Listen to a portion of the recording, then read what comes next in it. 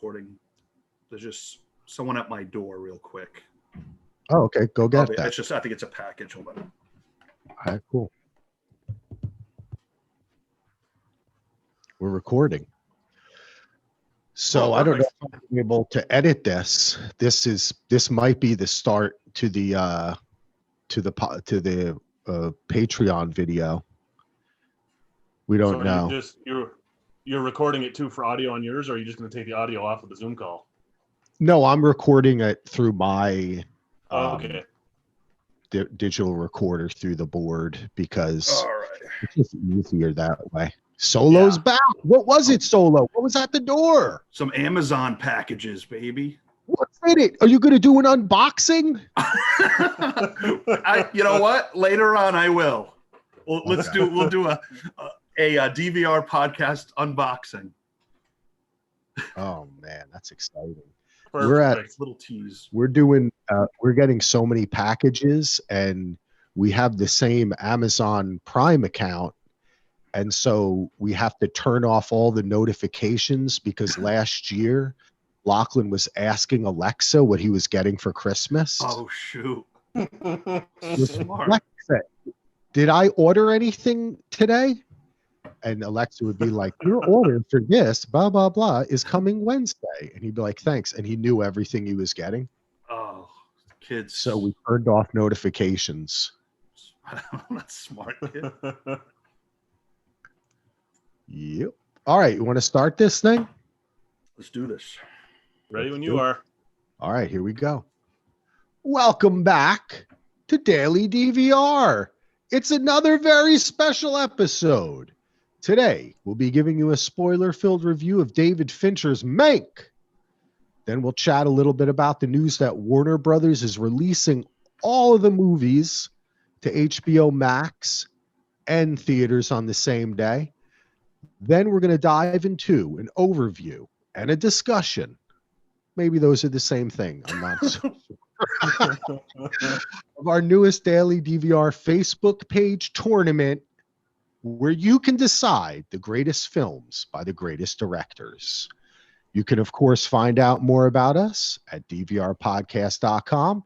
You can support the podcast and become a patron at patreon.com/DVR. And I want to thank all the patrons. I want to welcome back Dennis. Dennis. Oh, I thought he was on the line with us. I'm like, Dennis, he's here. Surprise. Welcome, Dennis. Hey, I'm Dennis. Is that Dennis under your desk? Oh, gosh. Stay down, Dennis. You can also follow the links in the show notes or just search Daily DVR to find and join our Facebook page. Do want to thank everybody who is on the Facebook page. We got a lot of new members lately. There was a great message. I don't have my phone. I think was it Jessica? I think it might have been. She wrote a message on the Facebook page and she was like happy to find it. And I was like, that's awesome. So we appreciate. She was even going back through all the old posts. Yes, Sorry. Going back to the old post. Yeah, I think she listened to the Mindhunter podcast, which we are going to finish. We are? I still have Solo. I have one in the can. Remember, we do have one in the can. Yeah. So then we have like 4 more episodes or 3 more episodes after that to finish. And I don't know. I've been having some ideas about how we can extend the Mindhunter a little bit. Like maybe we do like some other Fincher movies or something. You know what I mean? Like, I don't know. What do you think? Like maybe we could do like 7 and. Oh, hell yeah. You know, of course. Right? Yeah, we could Fincher it up. Or maybe even Zodiac would fit pretty well with that. Zodiac, yes. Yeah, Zodiac definitely. And maybe even down the line we could do certain documentaries or series that pertain maybe to serial killings. You know, really serial killers as we amp up, as we get towards production of the Star City Murders. You know, it's a whole thing we could do, Mr. Folo. Yes, that sounds good. Bring some guests on, like this guy over here, Claire. Yes. Yeah. Oh, hey, by the way, I'm Axel, and joining me today are Andy and Heath. You already heard Heath. Let's say hello to Andy. Andy, how you doing? I'm doing great, guys. This is going to be a blast. I am need the nice break. It's going to be fun. Yeah. Otherwise, about the same as always. Survive Thanksgiving with the three of us here and taking it nice and easy. That's good. That's nice. Thanksgiving was fun. How was your Thanksgiving, Solo? Um, it was spent in line to get a COVID test, and I did eat a lot of stuffing. But yeah, we had to go do that, and my wife was a little under the weather, so she was supposed to work. She's a nurse, but she didn't go to work, and so I kind of watched awful football, watched my Cowboys get killed, and ate a ton of stuffing and cranberry. That's all I wanted. So I did it. I ate like 3 pounds of stuffing. Wait, what did you broke up there a little bit? Oh, I'm sorry. What's that? What did you eat? You broke up a little bit. I didn't hear you. I may be breaking up with you guys a lot today. Stuffing. Oh, stuffing. Yeah, I didn't 3 have pounds of any. stuffing. I made lasagna. I had a Jersey Thanksgiving lasagna and ribs from Costco. That sounds fantastic. Oh, it was good. Meat Oh, I lasagna. did do one other thing on Thanksgiving that is of note that was fun.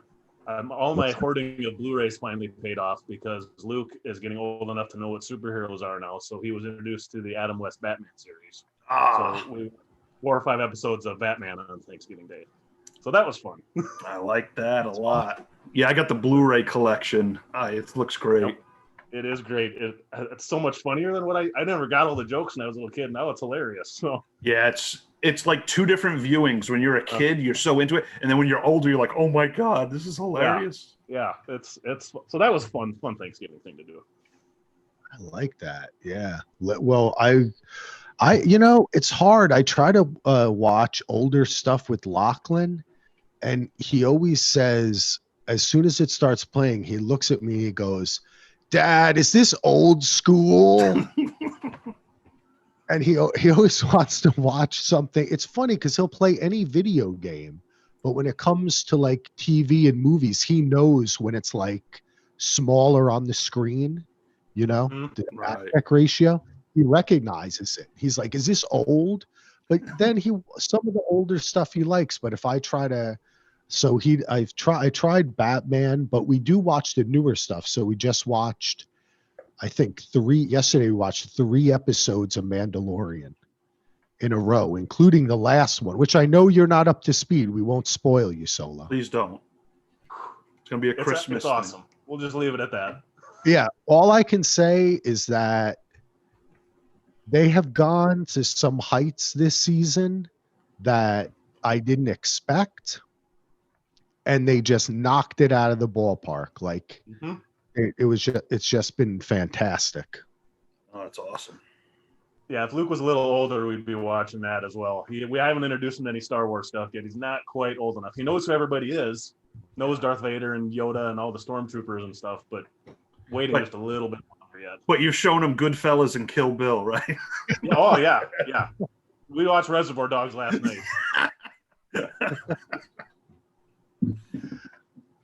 He loved Mank, right? Oh, God. He was riveted. He was like, Rosebud. I always knew that's what that meant. Yep. That was exactly right. That was great. All right. Let's jump into it. Let's talk a little bit about we were talking about Fincher and Mindhunter. We're going to talk about Mank. We all watched it. We're going to go full spoilers for it. So if you haven't seen it, though, I don't know that there's really stuff to spoil, you know what I'm saying? But we're going to talk about the movie. It's worth watching. You kind of know the story if you're going into it knowing anything, So, but what's your first impression, Solo? Oh, I freaking loved it. And I loved it more because I watched Citizen Kane the night before. Nice. That if you haven't seen Mank yet, watch Citizen Kane first, because there's little things you'll pick up by watching Citizen Kane, but the way it was shot was almost like a major companion piece. I loved it, man. I thought it was genius. I really did. Yeah, me too. How about you? And what's your first impressions? Well, I wasn't exactly sure. I hadn't watched a preview or anything for this, so I didn't know exactly what to expect. Usually with Fincher, even Fincher's lesser stuff is better than 99% of anybody else's stuff, but I'm usually a little more less high on his stuff that's not crime drama or genre stuff. Like when Yeah. Benjamin Button, I wasn't as high on, and Social Network, I guess more of the Oscar type stuff that he's tried to do. I usually haven't been as big of a fan, but I also watched Citizen Kane again in preparation for that, and I loved it a lot. I was not expecting to like it as much as I did. I think it's one of Fincher's best movies, and it definitely feels like it could have been made at the same time as Citizen Kane. It looks gorgeous. It's just a beautiful movie to look at. It was surprisingly funny. I thought I laughed a lot more, which is not usually something I do in a Fincher movie that I can think of. So everything was good about it. The music, the sound, high recommend for me. Yeah, definitely. Excuse me. I was blown away, and like you said, and Solo, I know you guys watching Citizen Kane. I had not done that. I want to watch Citizen Kane now after seeing this. But You're the there one was who so it recommended was to not watch just. Citizen Kane before, and you didn't do I it. know. We were following your orders, man. I could only stay up till so late. I mean, I was up till like 3:30 in the morning watching this fucking movie. As soon as it dropped, I started watching it, but then I had to go like get the laundry or something. I don't know. Once I'm up, I'm just up. And I was so jazzed watching this. I think I stopped here and there because I wanted it to last longer, because I was so happy to be in this world, you know. There's that appeal that black and white old films have, where just the way the people speak is different. It really propels you into their world. And that's what I felt like with Mank. Like, there was something I noticed. I wore headphones when I was watching this. And something I noticed right away, and I don't know if you guys wore headphones or you had big speakers or anything, but did you notice how he fucked with the dialogue with all the audio, so it actually sounded like it had been run through like a processor, like how old films sound? I didn't notice it until you just said it, but I definitely knew there was something different about the dialogue from modern movies. I'm sure that's what it was. I noticed something different about it, but I wouldn't have said that at the time. But after you say that, yeah. He went nuts with this movie. Technically, if you wear headphones, you can hear it. It sounds, this is the weird thing. It sounds almost as if it's like a quarter of a frame off and a little bit projected, like they're in a larger room. Like you can hear the sound stage that they're on. Yep. And it caught me right off the bat. And I thought, because I was using the Roku phone app to watch it and listen the to headphones it, that plug into your remote. it plugs in. I use the phone app, and it Okay. has the same button as the thing. Okay. And I thought, oh, am I having a technical issue? So then I switched over to something else. And I was like, went back and I was like, no, this is really, what he's doing is really awesome. And for me also, the use of deep focus throughout the entire thing. I mean, that's like a hallmark of Citizen Kane, Right. where everything is in focus. That was amazing. Yeah, that walk on the grounds with Amanda Siegfried and Gary Oldman, I was just like Ando, you said a great point. It was like that movie came out in the 40s, the way it was shot and everything. And I think that was definitely Fincher's intention. I had a friend, I said, oh, did you watch Meg? I'm not into black and white and it's slow. And I'm like, I didn't think it was slow at all.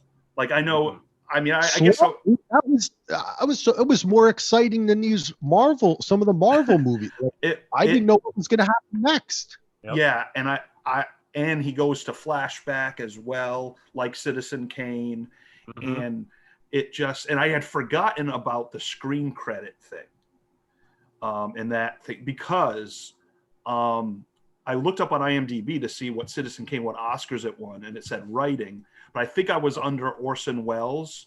So I had thought that he didn't get the screen credit and didn't win the Oscar.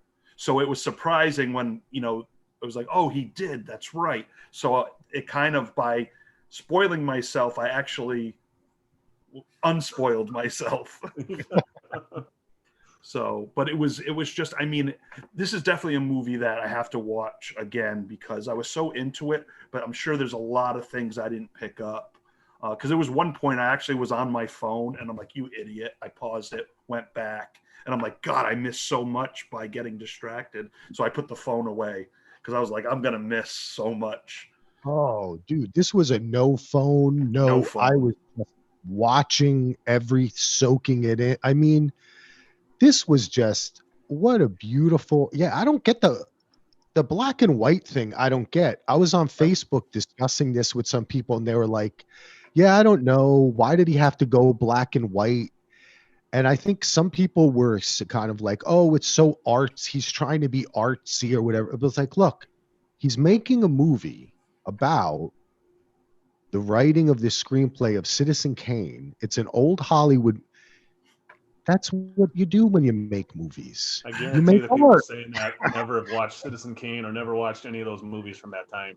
Yeah. Because if you've seen it, you instantly, within 5 minutes of starting this, you're like, of course, it had to be made like it this. had, if it was in color, it would not be the same movie. It wouldn't have the same effect. You know, and you're going to have people that are just like, you know, when The Irishman came out, oh, it's 18 hours long and whatever. And people, I mean, everyone's going to complain, but this is art, first of all. And this film needed to look like it did. And it went above and beyond. I mean, Fincher, I mean, he's a freaking genius. We can all, I mean, whether you like him or not, technically you have to give it to him. And right, his dad wrote the script, right? Jack Fincher. Yeah. A long time. Yeah. Fantastic. I was reading that he wanted to originally make this with Kevin Spacey. Oh, that's right. Yeah. After the game, which would have been great casting. Yeah, that was the interesting thing, is that Gary Oldman is 62. Mankiewicz was 43. Yeah. At this time. Because that's the thing too. Like, his wife is in her 40s, and I'm like, why is she in her 40s? I was like, is this typical Hollywood bullshit? Like, the guy has to be, you know, it's like when Bruce Willis has a 20-year-old girlfriend now in a movie. You're like, bro, you're like 74, Bruce Willis. God. Sorry, I'm just thinking of Bruce Willis. Die Hard battery commercials. A little throat clearing. Yeah. That's so sad. But it turns out that Mankiewicz died, like they, you know, I mean, this is history, when he was 55 of alcoholism. Yeah, only 10 he years looked after like that when he was 40. Mm-hmm. He looked like he was 60 something when he was 40. The hard drinking. So that's great casting, right? Because you think in that age range, if you're casting in Hollywood, how old's your guy? 43. Oh, it's Mankiewicz. They're like, oh, look at all these great people. You could cast all these younger kids. Like Tom Pelfrey. You know, like cast someone young, but no, they cast an older guy and a great actor, and man, what energy he had. I was saying to my buddy, watching this movie made me feel better about getting older, because Goldman has so much energy and he's running the whole movie. He's like just doing stuff, you know? It was amazing, dude. It's a great. He's one of those guys I always forget how good he is until I watch him. Oh, dude. Like I've seen him in millions of things and he's always amazing, and I always forget about him. And then as soon as he shows up, and after a couple minutes, I'm like, holy shit, this guy is good. Yeah, he's one of the, like, he's played like a cop a few times, but every cop is different, a different character. Like Romeo was bleeding, and you know, it's just like and of course, True Romance, the way he, The Darkest Hour, where he won the Oscar. I didn't really like the movie, but his performance was fantastic. Yeah, I mean, I think Lee Harvey Oswald in JFK. Oh yeah, I mean, his parts are just so all over the place, and every one of them he just nails. So good, so good, so good, so good. Yeah, Mank was amazing. Amanda Seyfried was surprisingly great to me. When I heard that she was cast, I was a little bit like, it's a little too on the nose, the big eyes. She totally looks like an old Hollywood starlet, you know? But man, she really brought something to this role. And as a person who knew about what Rosebud is and what this movie is really about, what Citizen Kane really was about, I expected, but also not being like some huge student of old Hollywood, I didn't expect her to have such agency and be in really in many ways she was more in control than Hearst was. You could see that her ability to talk to people and really have that same charm that Mank had allowed her to get to this position. She wasn't the little plaything of a billionaire. The billionaire was her plaything. She was you know what I mean? And like when there's that part when she says too much about choosing the cabinet, which was totally on purpose that she said, you know what I mean? Like it was just a great role. And I think like, I don't know, everybody's going to get Oscar nominations. Netflix is going to clean up for this because everybody, and who was the dude who played the head of Louis B. Mayer, Arliss Howard. Yes, Arliss Howard. Didn't even know it was him. I knew he was in the movie. He was so good as Louis B. Mayer. And I go, who was that? And that was Arliss Howard from Plain Clothes back in the 80s. Yeah. He's great. He's a playwright too, isn't he? He's a really talented dude. Yeah, no, he really is. He's one of those names that you, that guy. But the guy is so talented. And as Louis B. Mayer, I was like, he's awesome. And that's the thing is like I was so excited. I texted you guys that Tom Pelphrey was in this movie, though he didn't have a lot to do. He was good at the role he played because you're not going to overshadow anyone. But I love that. I love that guy. And I mean, his run on Ozark was really changed his career. Banshee, he was great in Banshee. Yeah. And he was in the Iron Fist. I didn't see that series, but Tom Pelphrey is. I'm so good to see him in such a high level film. I'm a big fan of his. So it was just cast so right. I mean. Even the guy, who's the guy that commits suicide? I forget what his character was. But that actor, he's played the heavy. He's played like an Irishman, whatever. He's played. He's probably in Sons of Anarchy or all our shows. And I was Jamie McShane. I think that's the guy, Jamie McShane. Yeah. That you're talking about. It's got to be. Yeah. Sorry, I just looked it up while you were talking. No, that's good. That's what you should do as a producer, Axel. You're. But yeah, you're talking about a cast. Let me say some others. Bill Nye as Upton Sinclair. That was Bill Nye the Science Guy. Yeah, that was. I saw that this morning. I was gonna make a joke. Oh, is it the Science Guy? And that's a great. I mean, Upton Sinclair, The Jungle, and like I didn't even know this really.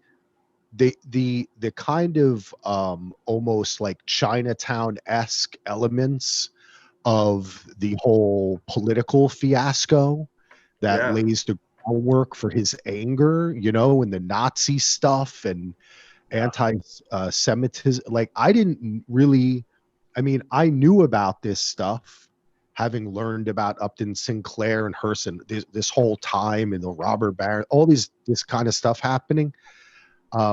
Pre-World War II, but I think that it's great that this film can bring that stuff back to light and kind of remind some people and even younger people who love Fincher and know Seven and Fight Club and everything, oh look, it's on Netflix, and all of a sudden they're kind of getting deep, because when it took that turn in the film, I think that was very delicately done. And it's a great screenplay, and the way that it builds up to that, the relationship, it really is. It makes something that's actually kind of complicated. I thought they did a very good job of kind of not simplifying it, but allowing people to explain what's happening.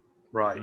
Yeah, he did it in such a You know? way where you're not like, because for like 10 seconds, I'm like, where's this film going? And then I paused, got something to drink, and I go, oh, okay, now I forgot about that time frame.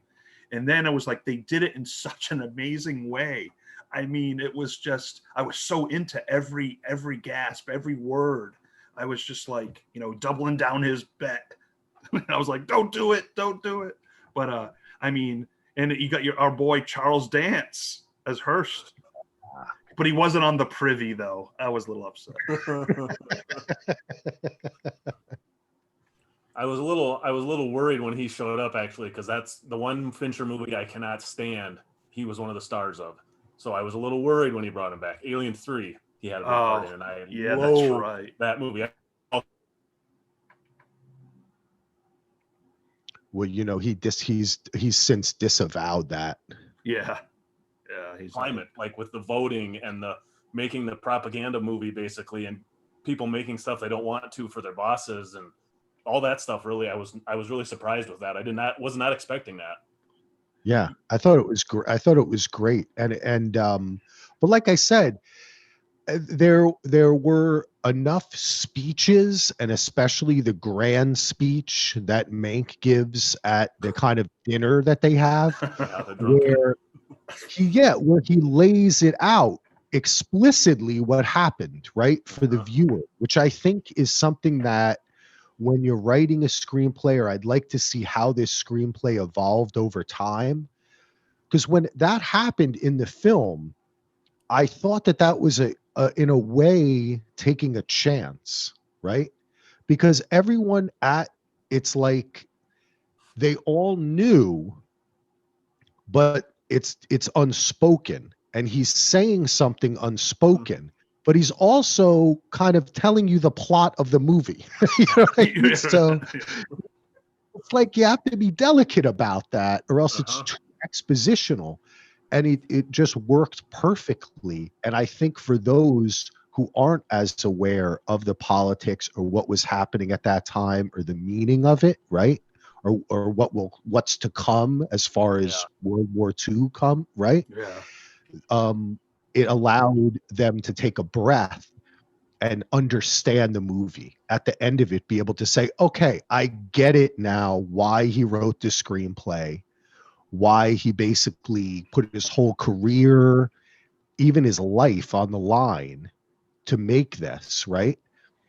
I just thought that was great. One other thing I want to say is, I thought that Orson Welles would have a bigger part in this film. I was hoping for that I'm too. kind of glad you did. Oh, see, I'm real quick, Andy. I'm like, I've always been an Orson Welles fan, but I'm getting more into him now. I'm really like starting to get obsessed. Because I watched, I love The Lady from Shanghai. I watched not too long ago again, and then with Citizen Kane and Mank, and there's a great. I don't remember if it was a great movie, but I ordered it because I didn't have it and I want to see it.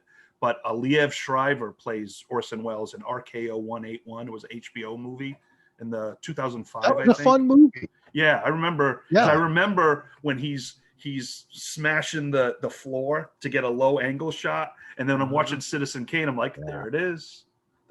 So like but you're right. Like I wanted it to be more Orson Welles and him, but after seeing it, I wasn't disappointed that it wasn't about Orson Welles. Like, I'm glad it had other things. So it was weird. I was going into being like, I want Orson, I want to see this, but I think they chose right not to throw a ton of them in there. Yeah. I think I have a similar thought on that, like you, because I was expecting to see a lot more of him in the movie. And then after the first 10 or 15 minutes, I started thinking to myself, this is definitely Gary Oldman's movie. It's about Mank.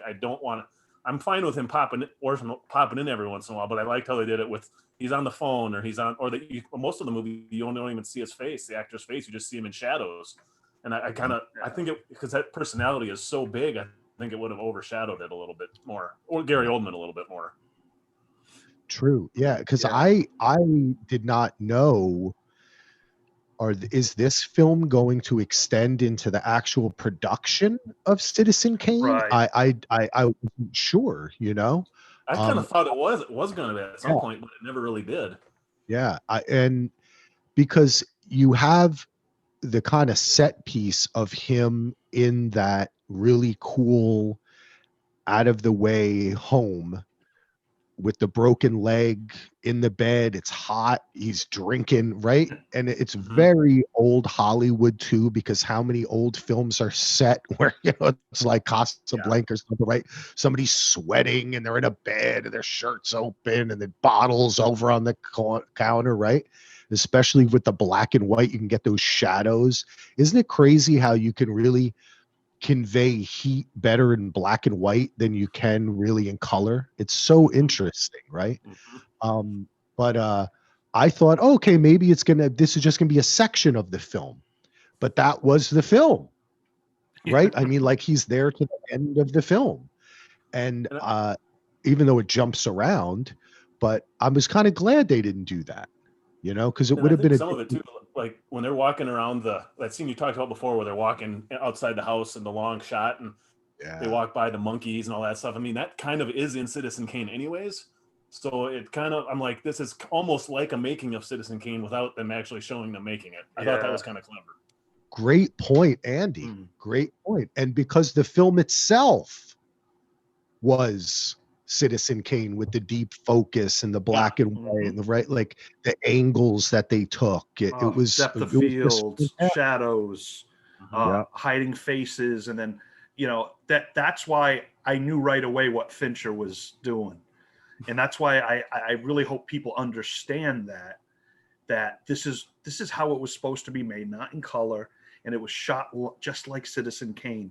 Like if this movie came out in 1942, say, after Citizen Kane or whatever, it would have been like, they would be talking about this movie as one of the greatest films of all time.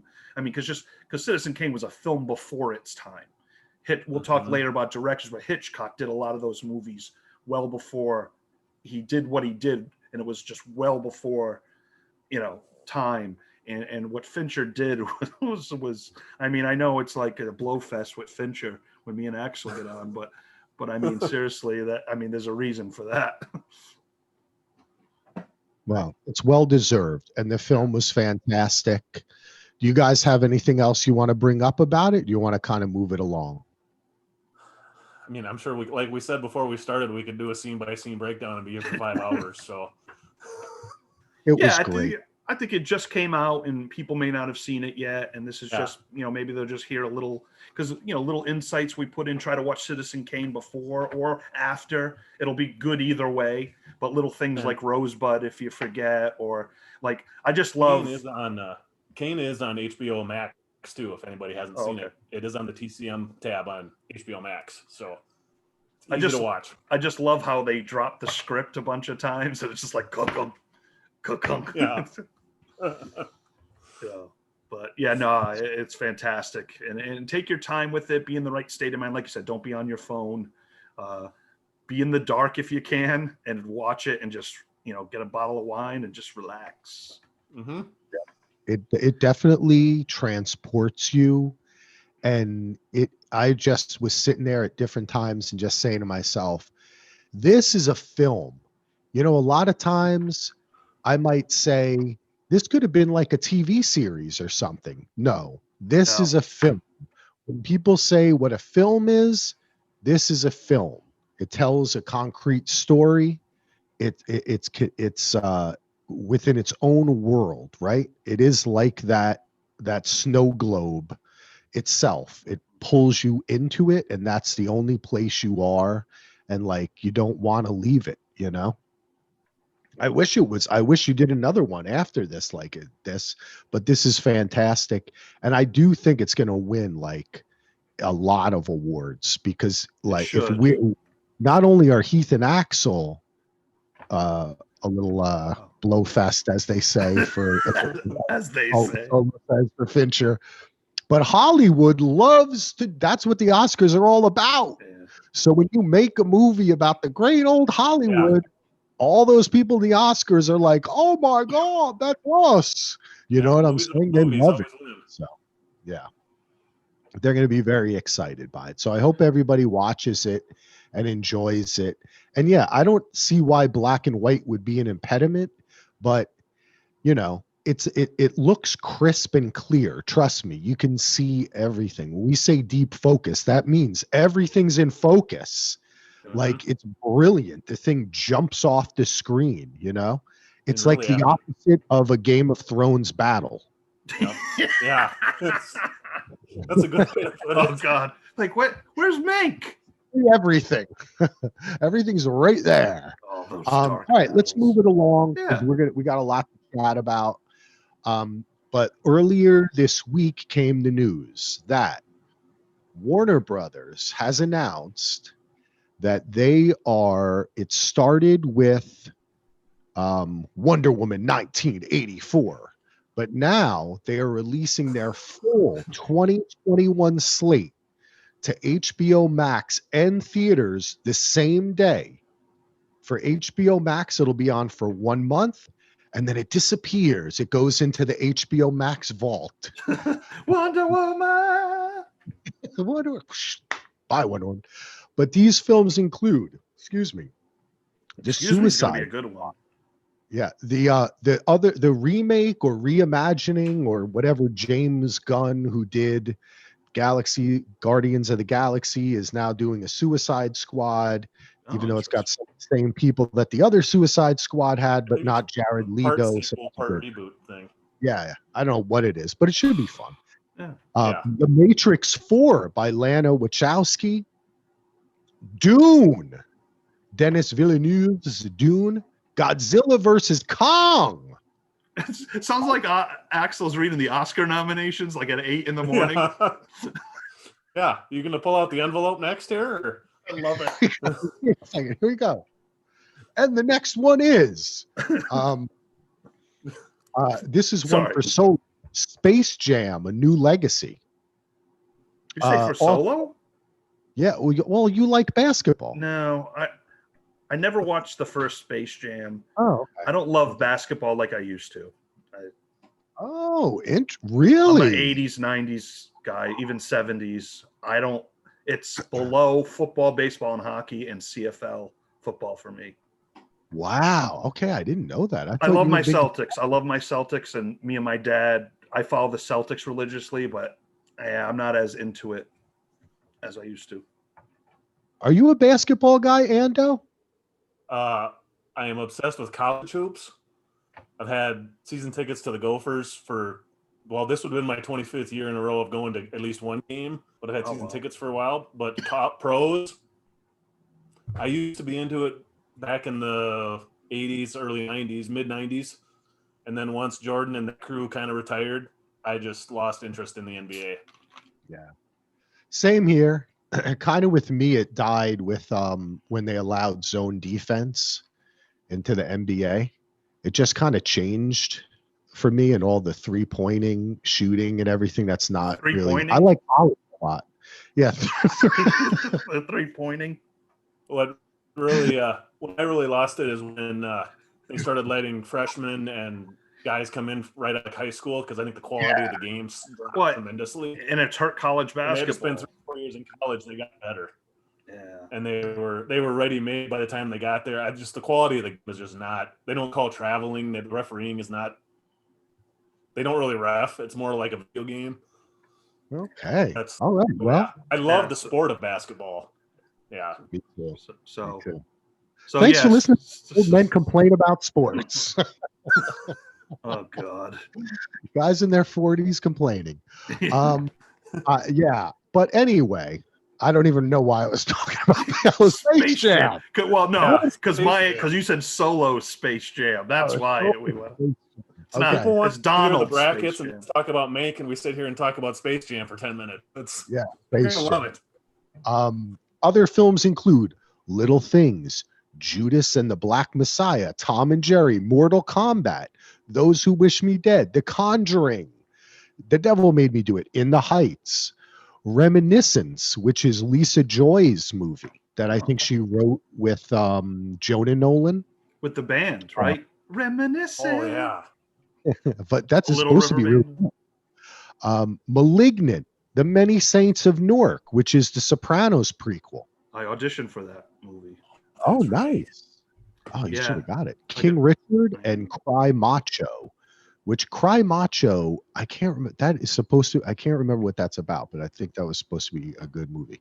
Anyway, some of these you may have heard. Some of them seem big. Some of them, who knows? You know what I'm saying? You don't know I if think how great In the these Heights movies is are gonna Lin-Manuel be. Miranda as well, I believe. Yes, true. People love A Lin-Manuel. lot of people are excited for that, I know. Solo is. He tried out for it. Yes, I did. On my darkest materials. It's pretty good. Good thing you're recording this. I know. Now this is gold, people. Gold. Stay gold, pony boy. Anyway, so let's get this back on track here. So anyway, I want to hear what you guys have to say. There's been a lot of discussion, a lot of people out there. There's been people saying theaters are over. COVID killed the theater star. Everything. COVID killed the theater Right, never star. gonna go again to see a movie in a theater. Other people say, yes, this is great. It's streaming. Oh, streaming prices are going to go up. Oh, this kills the theater experience. There's a lot of different controversies going on. Ando, what do you think about this? Selfishly, I'm going to love it because I've got a nice projector set up in my basement and I already have HBOMax, so I can get these movies for the same price I'm already paying.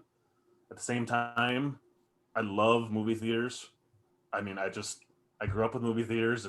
I became obsessed with movies. That was my thing to do when I was a kid, was to go to movies and sit in the dark by myself for 2 hours, no cell phones, no nothing. If theaters die, I will be heartbroken because, I mean, my son will never be able to go to a movie theater. That thought to me just kind of like makes me upset. I think that even if most of the big chains, AMC's and whatever, go out of business, I still think like I had said on the Facebook page the other day, that I think some independent theaters might stay in business. Like in our town, the theater is actually owned by the city, and they have a what do you call it? A promoter that comes in and brings the movies in, but he basically doesn't pay anything for rent or utilities.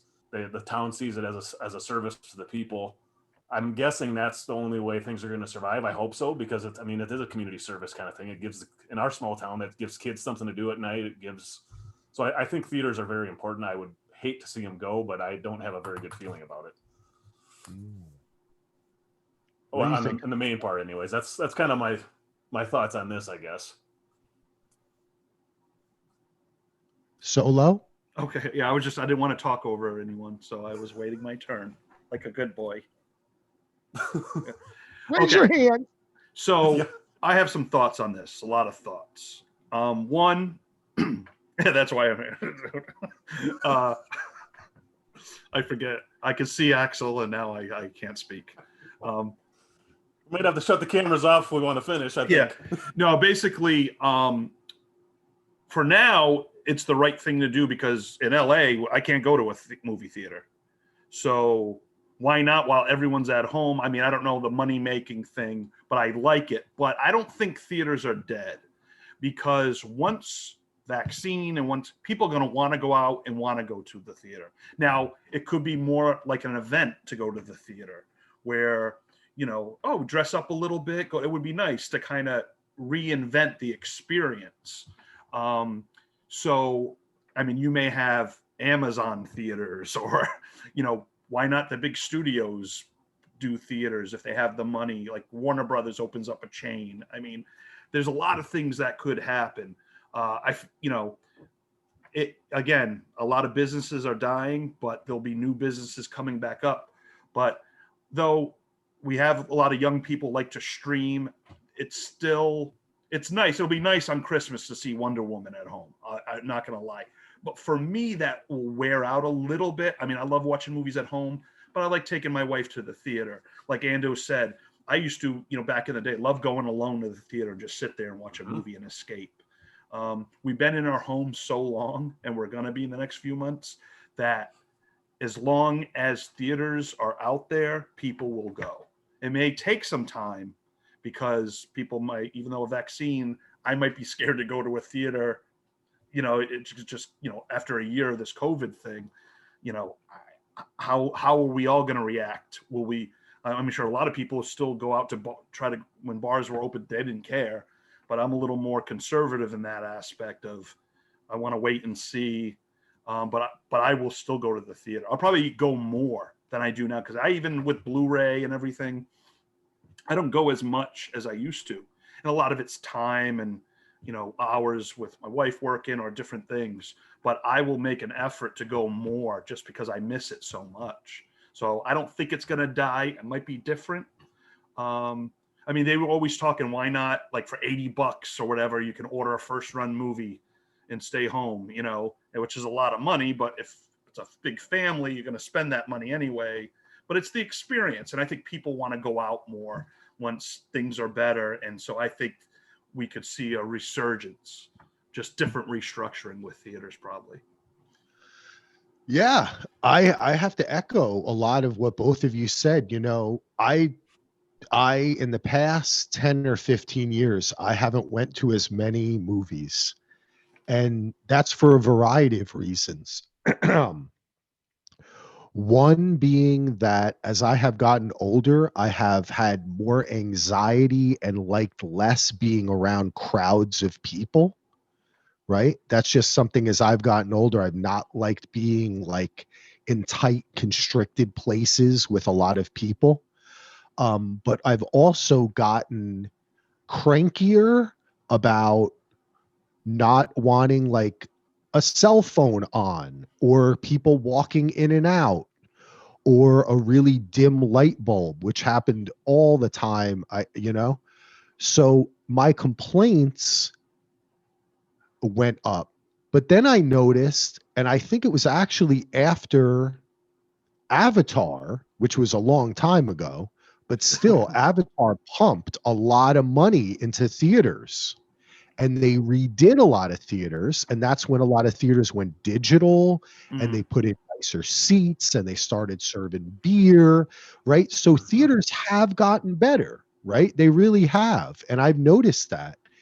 And when Lachlan and I went to see Rise of Skywalker, I still did my normal thing, which is go to the movie at like 11:30 on a Wednesday, so nobody's there, which I always did that in New York. I did that, right? Like I just always did that. And we had a great time, and it was bright. It was loud, maybe too loud these days, but I had a great time. So I do love going to theaters, and I think that though they still always need to be pushed to do better, and I think that's what'll happen. I really do. I don't think theaters are going to go away. I think this is theater owners who honestly have a racket. Theaters are a racket, right? Like they're always complaining they don't make any money, and then they charge you $50 for a soda.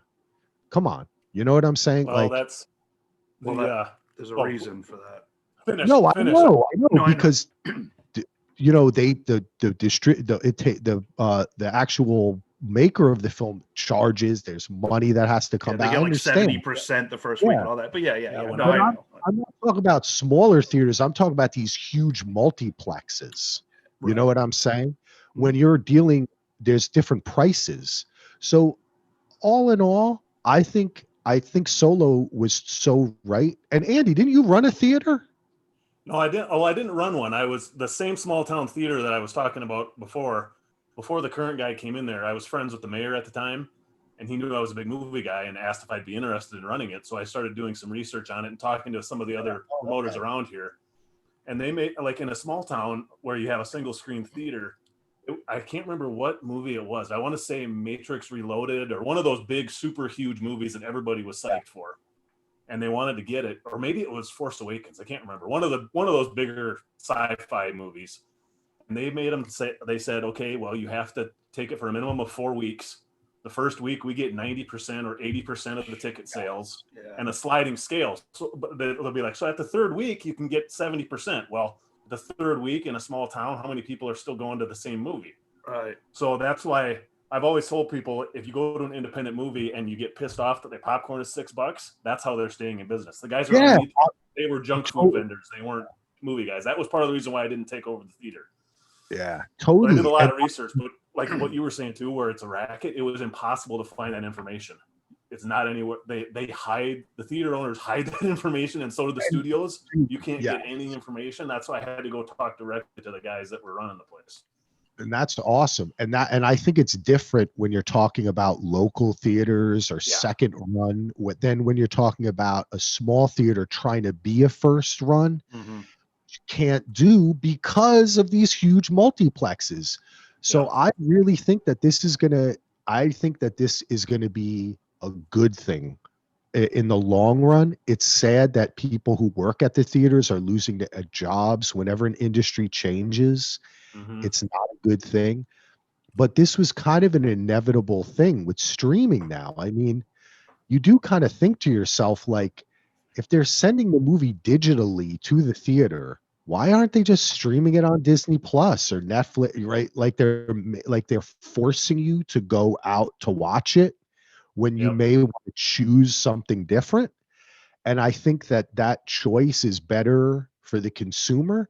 And I think it will actually help smaller theaters find a better niche. And in the end, the bigger theaters, which will probably, like Solo said, end up being bought by Amazon, Apple. It just hasn't happened yet. And mainly it hasn't happened. They don't want to deal with it. I was going to say, well, and it also hasn't happened because they just changed those rules in the last year. Right. You couldn't have it. That was that big rule change that the Supreme Court or somebody ruled on that said Walt Disney couldn't own studios. That was just overturned in the last 6-8 months. Well, I think they just what happened was, or let it expire or something. Yeah, exactly. That was the trick. That was why it was easy Three change. fingers, Axel. 3 fingers, because it's right. Government is the easiest way to get change in government is to just let something go away or ignore it, not actually vote on it and change it. Just push it. Forget it. So that's what happened. Yeah. So I don't think it's the end of theaters, and I don't think it would ever be the end of theaters, because guess what? People like them, right? Like, people like places going to go. to It's a place to go and escape, and hang out with your friends. Exactly. I mean, And we had that mentality, but hopefully the youngsters still do, and not just we're going to hang out at Axel's place and watch our phones. But you know what? I think that they do more stuff like even like they have a little theater and hey, they're showing the new Star Wars movie, or it's like the premiere of the new Game of Thrones spinoff on HBO. You know what I'm saying? Like, I really think that's what you're going to see, where theaters are going to become places where people watch anything, and not just films, but TV, live events. You know what I'm saying? That concert, things like that.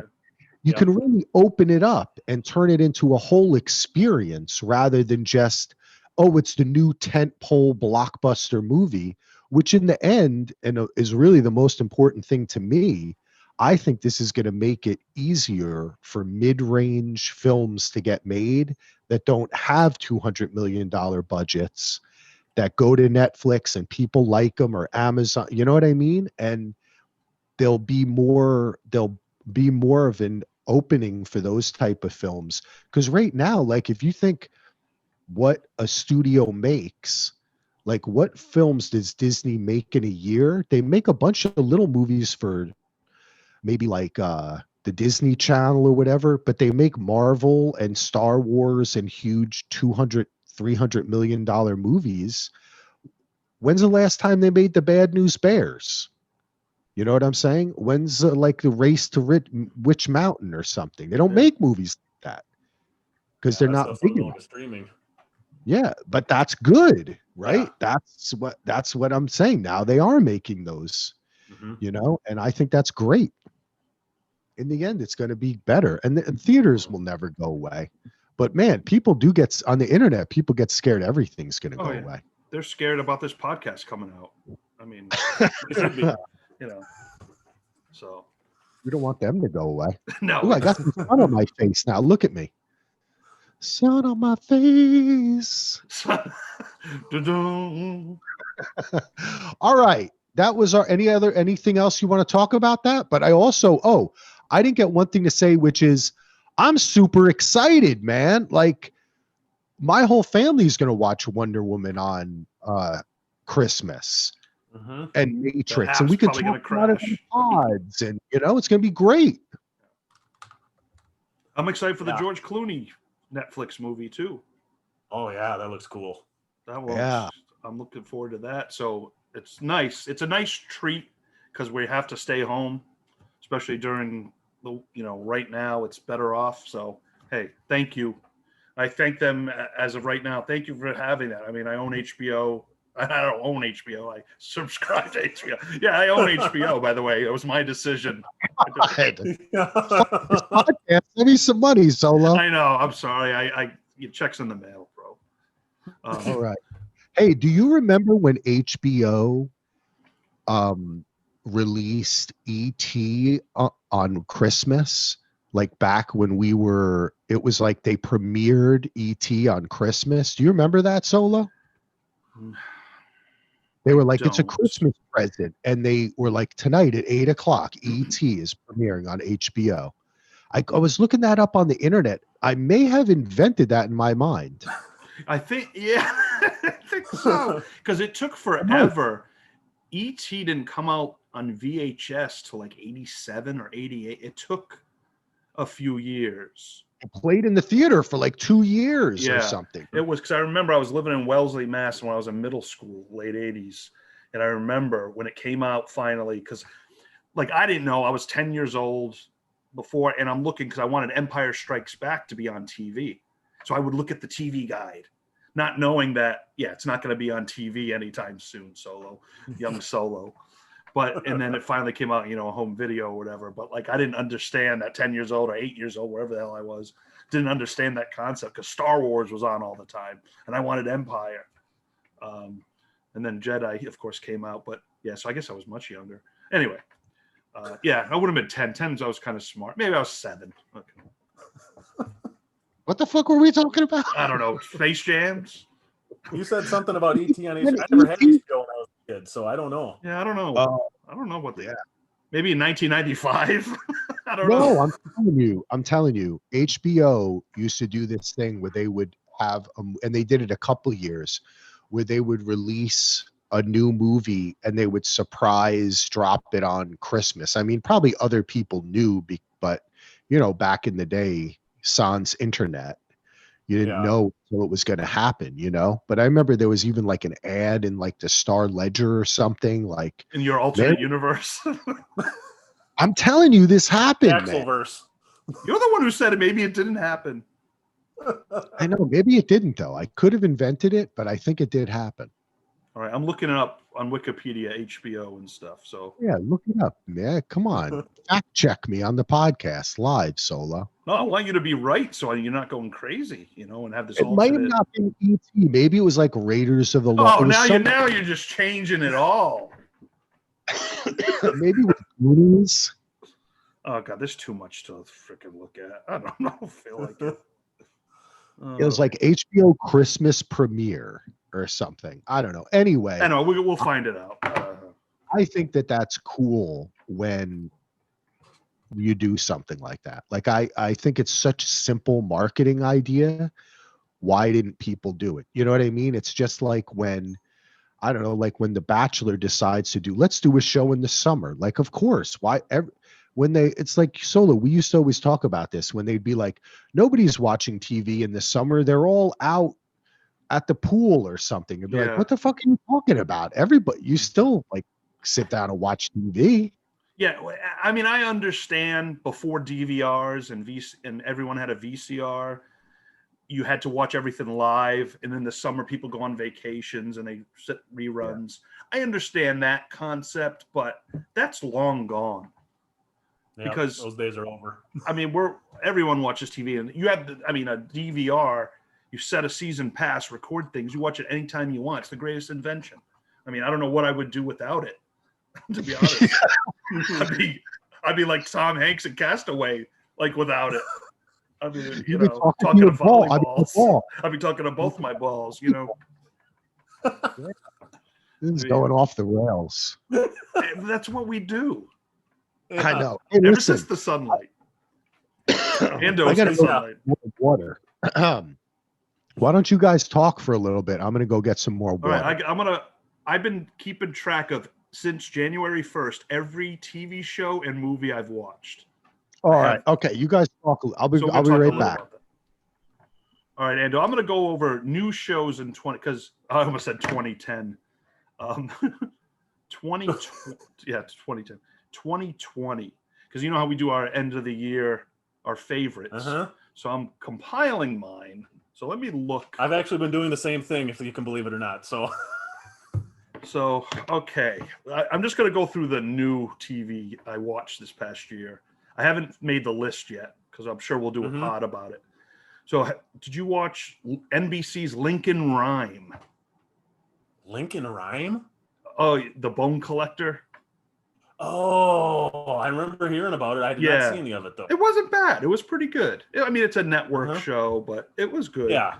I did see the Mandalorian pilot, but we're going to do that over Christmas. Me and my wife are just going to marathon that. Okay. You'll enjoy it. All right, The Outsider. The Outsider on HBO. That was interesting. I don't know. I have mixed feelings about that show. That's kind of where I was too. I enjoyed it, but it wasn't something that, like, when it got canceled, I was like, that's okay. I liked the I like all the cast. actors. Yeah, but it didn't grab me. Yeah. Prodigal Son. Do you watch that show on Fox? I have not seen it. It was one I wanted to check out, but I never. Yeah, that has gotten good. Harold Perrinow's daughter is in it. She's right. Good. She's a good actress. So that okay. Of course, Law and Order SVU season 21. I love me some SVU. Okay, The Sinner season 3. Didn't like season 3 that much. You know, that's one that I hadn't watched any of The Sinner yet, and that was on my things to do this year. And then when the last one came out and the reviews were not as good, and I was like, it kind of got pushed down the list a little bit. Seasons 1 and 2 are good, very good. Yeah. And you don't necessarily, they're different cases. Just Bill Pullman's in everyone, and there's some overlapping things a little bit with him. I mean, he's the main reason I want to watch it. I love Bill Pullman, no, he's really good in it. Of course, Better Call Saul season 4 was awesome. Yeah. Oh God, Tiger King. I forgot about that. Oh God. God, that was this year. Seems like it was 10 years ago. Yeah. You know what? Did you see Briar Patch, the USA show? With Rosario Dawson? I saw the first episode or two, and then somehow I lost track. I loved it. It's going to be in my top 10 this year. It's gonna be I really loved it when episodes I saw. Yeah, that's watch that. Andy from The Watch. You know, the guy who's Andy Greenwald. As Greenwald. Yeah. Right. Yeah. Interesting stuff. Hey. Yo. So I'm back. Hey, Folo's back. Welcome back.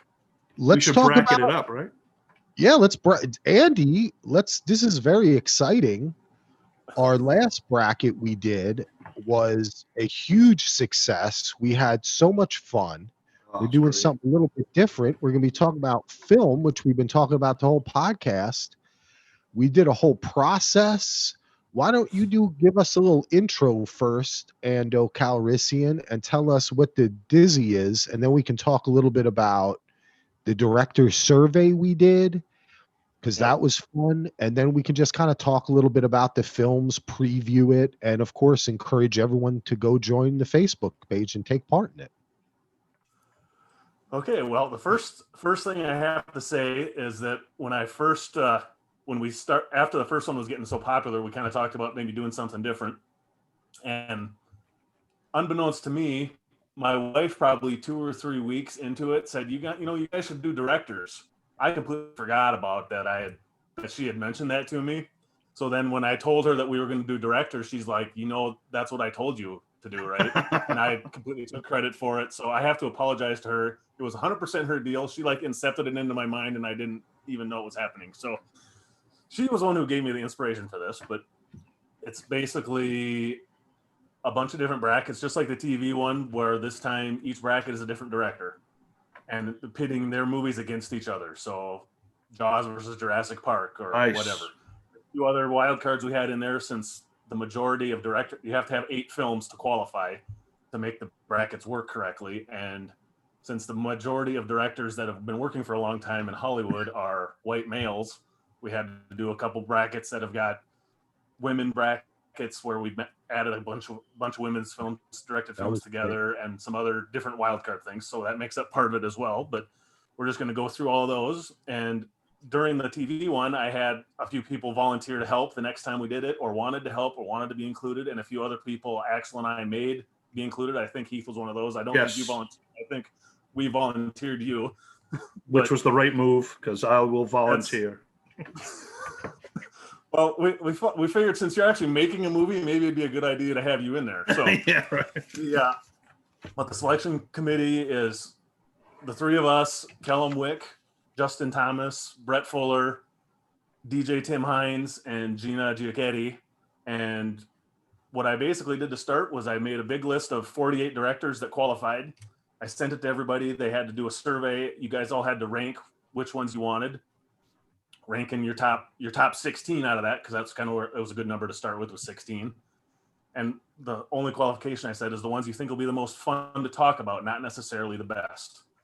Because, I mean, sometimes it's fun to talk about Michael Bay movies or something. Michael Bay did not make the tournament, but that's kind of Sorry, Michael. Yeah, sorry. Maybe next time. After that, one of the suggestions from Brett was actually that in case we want to do this again, we shouldn't overload and do all of the all-time greats at one time. So what we did was I split them up into, you got to pick 1 out of the 4. So like one of the brackets, or not brackets, but one of the survey questions was Steven Spielberg, Martin Scorsese, David Fincher, or Spike Lee. One of the 4 gets in.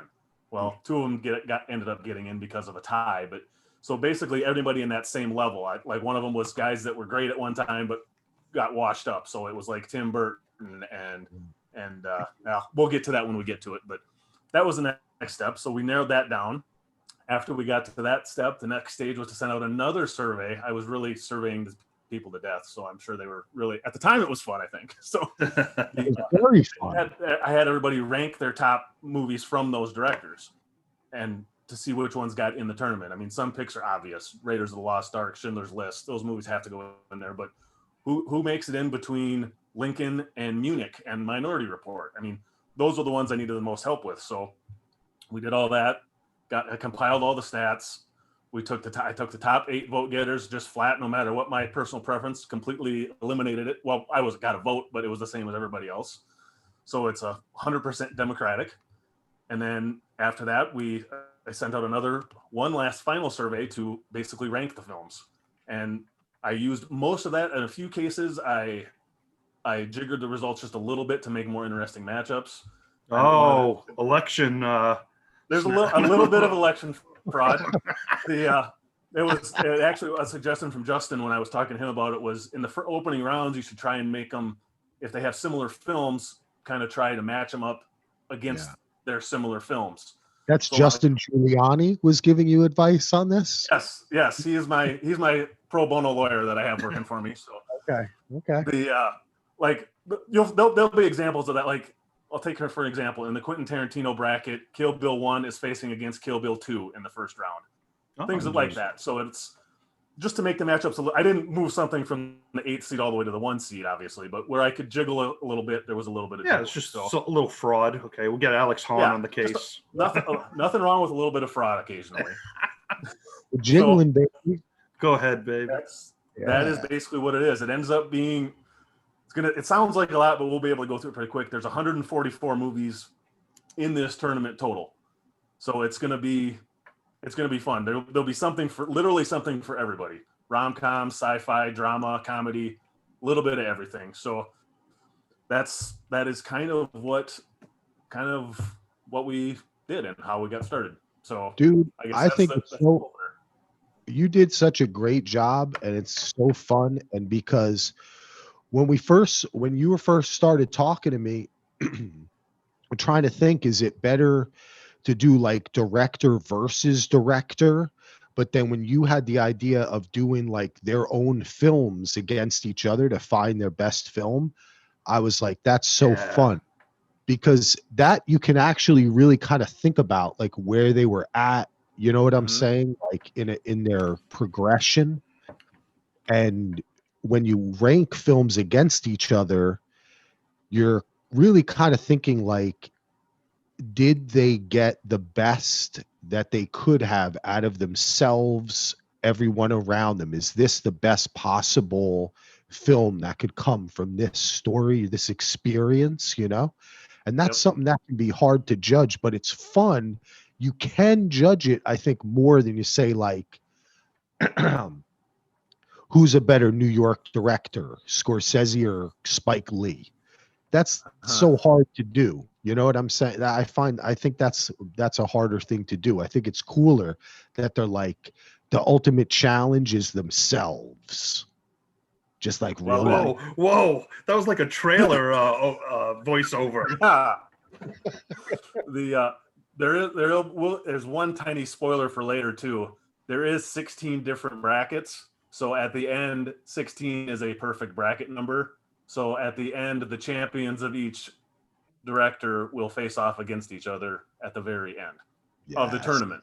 So in a month or whenever all the things get done, the best of the best will duke it out in a battle royal. So in the year 3000. That's like a it might take that long to run through this. So in the year but that changes, right? Because you had the time to think about each one, you know, and then you're choosing like their best. Then you kind of do a legwork that goes into challenging them against each other. You know, to speak about when we did the initial survey, that was a hit for me, I got to say, with Spielberg, because I kind of wanted Munich to make it in. I love Munich. But Munich did not make it in. It just, if I don't have the numbers on my notes here, but I think it missed out by one vote. I got it in front of me. Yeah, it was 3. It only got 3 votes, but Minority Report got the same amount as E.T. and Close Encounters. Wow. Interesting. But Temple of Doom. Minority Report holds up well. Yeah. People really like it. It is a good movie. Find the Minority Report. You know, when you think about it's so funny, Spielberg, he really has such a great oeuvre. I can never pronounce that term correctly. But all of his films, they're so diverse. Not a lot of love, as much as I thought another film, which I think I was a lone vote for, which is Catch Me If You Can. Oh, I love that. Hey, Andy, did I not vote for the movies? Or I don't remember voting. Did I? Yeah, you did. You voted for. I did do all the voting. Step. Yeah. Yep, you did every step. I don't remember because Well, this has been like 6 months in the making. This is like our own personal Wonder Woman or James Bond. We just kept pushing it back and pushing it back. So Solo's like, he's like, wait, Catch Me If You Can isn't on there.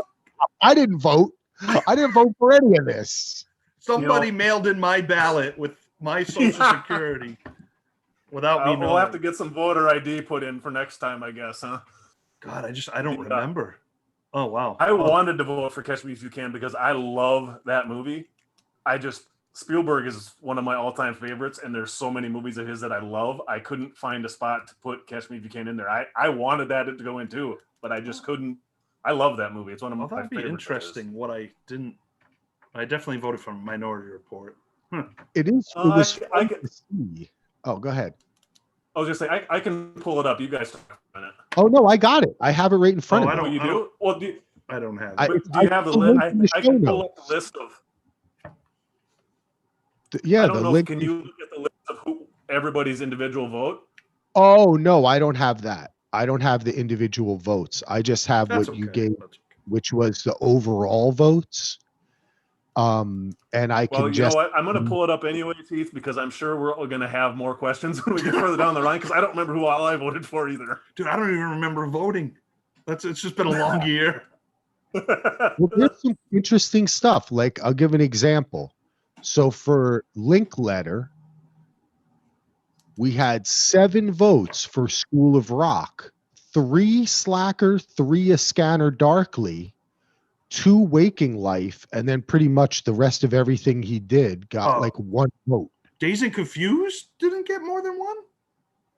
As I talk like this? No, Dazed and Confused was an automatic entry. Oh, okay. Okay, scared me. Yeah. Oh, Dazed and Confused is a number 1 seed. Oh, that's right. That's right. There was some that made it. Got it. Yep. Yeah, that was. I mean, I knew people didn't need to vote on Jaws to get it in there. Oh, that's so, true. Oh, okay. I see what you're saying. Yeah, then I might not have voted for Catch Me If You Can. Sorry, Axel. I have to reevaluate my life on that one. I really like Catch Me If You Can. It's freaking great. That was very Hitchcockian. I really like that movie a lot. Leonardo. Tommy Hanks. Jennifer Garner. Yeah.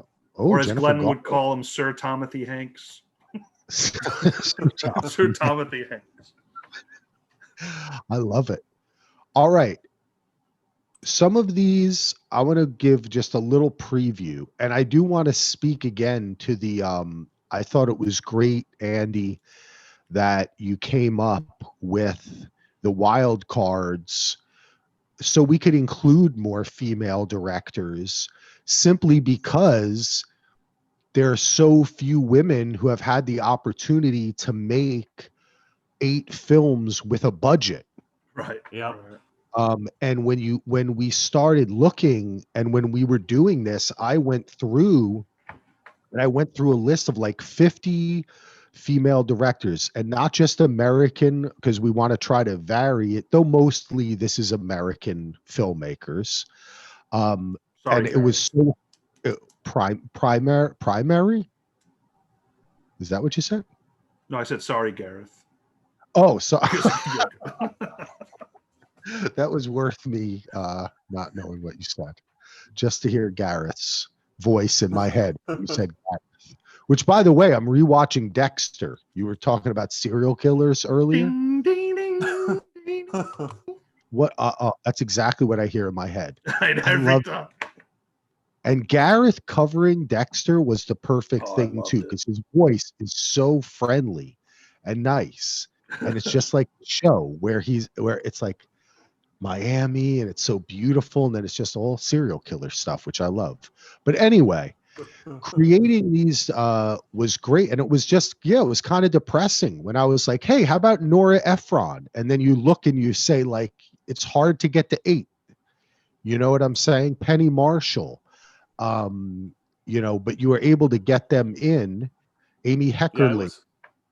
Yeah, it was hard because a lot of them there's only 3 or 4 notable films, so it's hard to do a tournament with that. Yep, that's true. And then even when you looked at some other directors, like Tony Scott, you don't realize how many great movies he did. Oh, I realize it. Oh, okay, that's good. I realize it, Axel. I kind of slept on that because I always think about Ridley Scott. I know. I'm a Tony guy. Yeah. I think I remember. I can't find the stuff here, but I think you were pushing pretty hard for Tony Scott, if I remember right, Heath. I probably was. Yeah. What a great True Romance, Last Boy Scout, Days of Thunder, Spy Game, Crimson Tide, Man on Fire, Top Gun, Enemy of the State. These are all very commercial, but also great films. Like that we all know and love. Yeah, commercial great films. Man on Fire is one of his best ones. I mean, that movie's intense. And really, the way he edited that too, it's so hectic and crazy. You know what I mean? Like he really experimented. It's still a mystery about his death, Tony Scott. Yeah, the suicide. Yeah, he jumped off a bridge. But then he thought, and he told his whole family thought that he had cancer. But when they went to the medical examiners, they had them do an autopsy. Mm-hmm. There were no traces of cancer. He had thought he was sick for years and had been telling people it was cancer, but he didn't have cancer. That's interesting. One day there'll be a film made or a docu-series made about what happened there. Called Tank. No. Oh no, no one called him Tank like Mank. No, that was just your personal nickname. But I'm telling you, it's an interesting, it's a Yeah. really weird story there. Talk about Hollywood stories. But what are some of the other directors and stuff that it was fun to kind of look at there, Solo or Ando? I can stop talking for a second.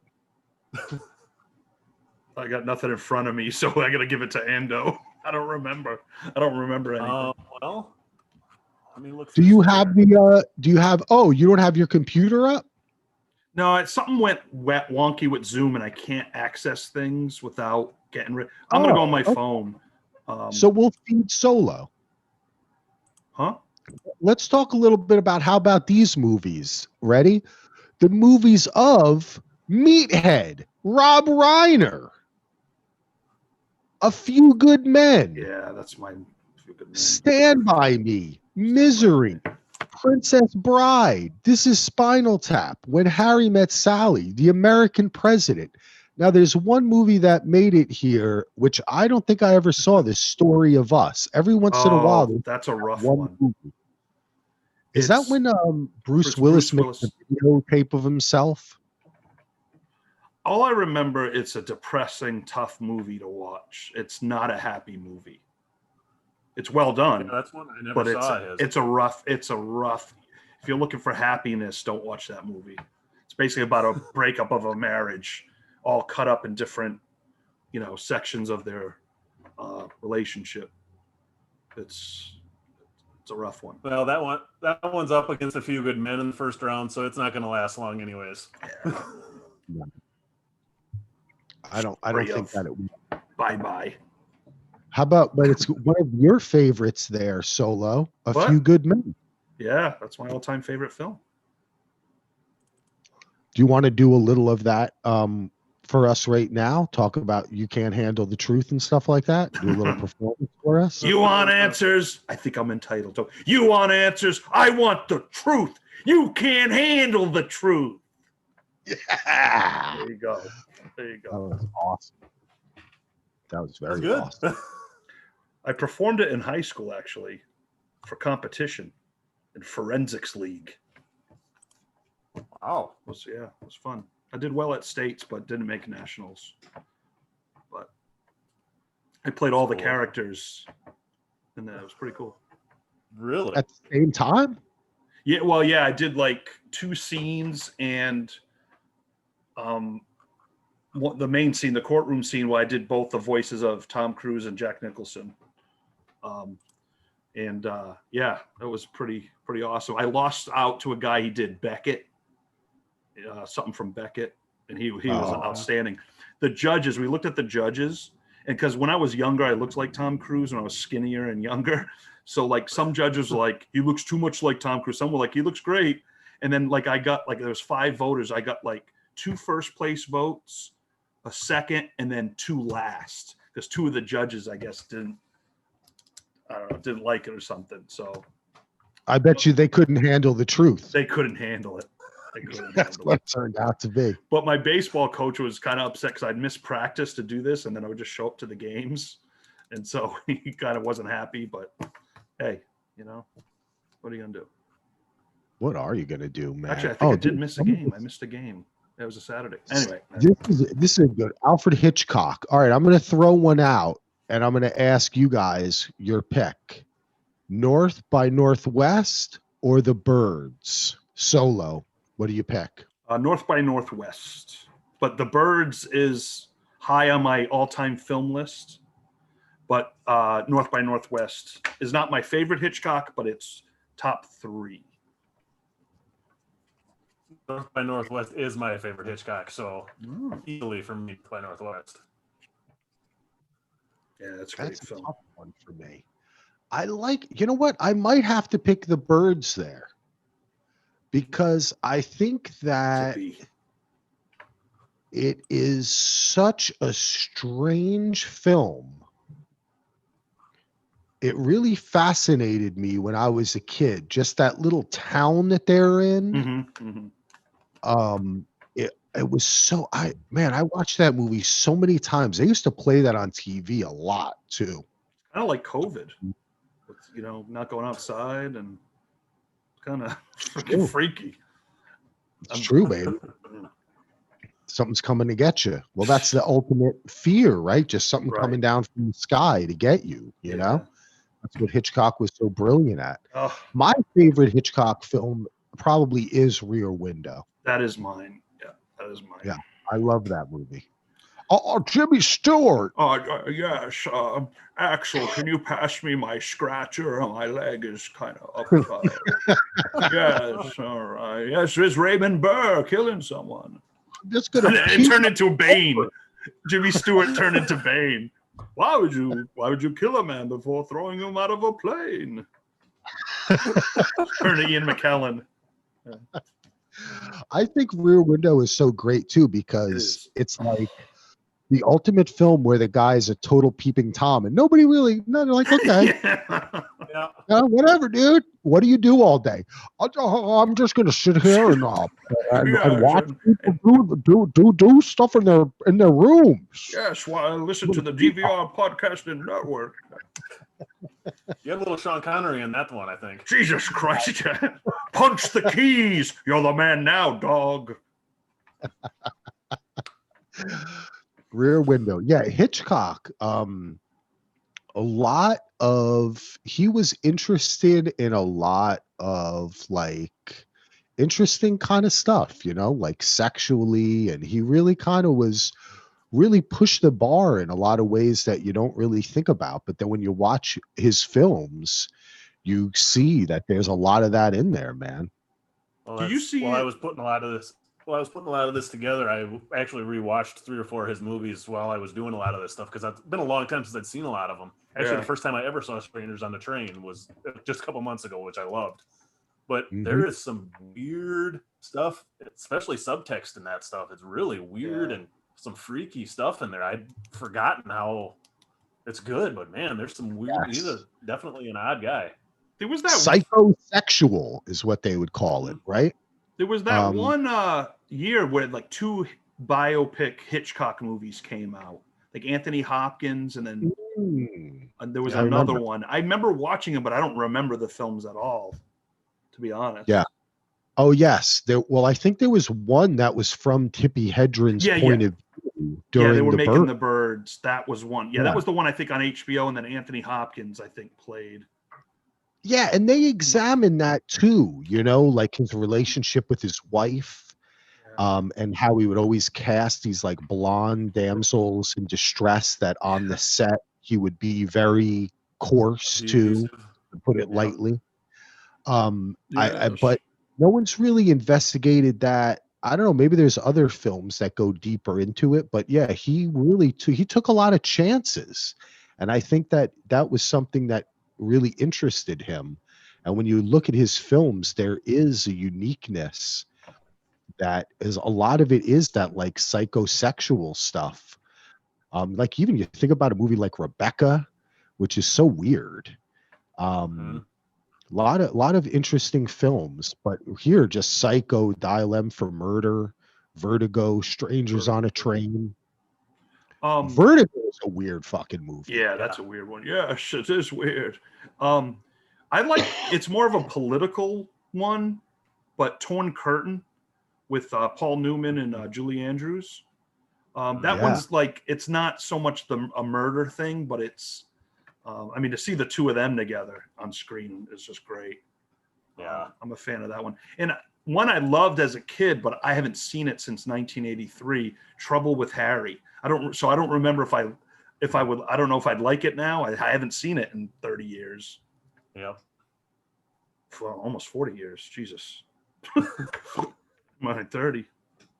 Didn't they wasn't that remade? Was that Trouble with Axel? Yeah, it was. Did they remake it? Was it? What was and with I think Marky it was under a Mark? different title.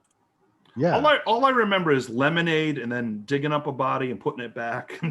That's all I remember from the movie. I know they remade Rear Window a couple of times. Yeah, once with Shia Christopher Reeve, I LaBeouf, think, didn't he? and then there was with one on Shia TV. LaBeouf. Shia Yeah. LaBeouf, and then there wasn't there one on TV as well, a Rear Window. But he was in that movie. He was correctly labeled a peeping Tom. Like I remember his mom was like, "Stop looking at people through your window."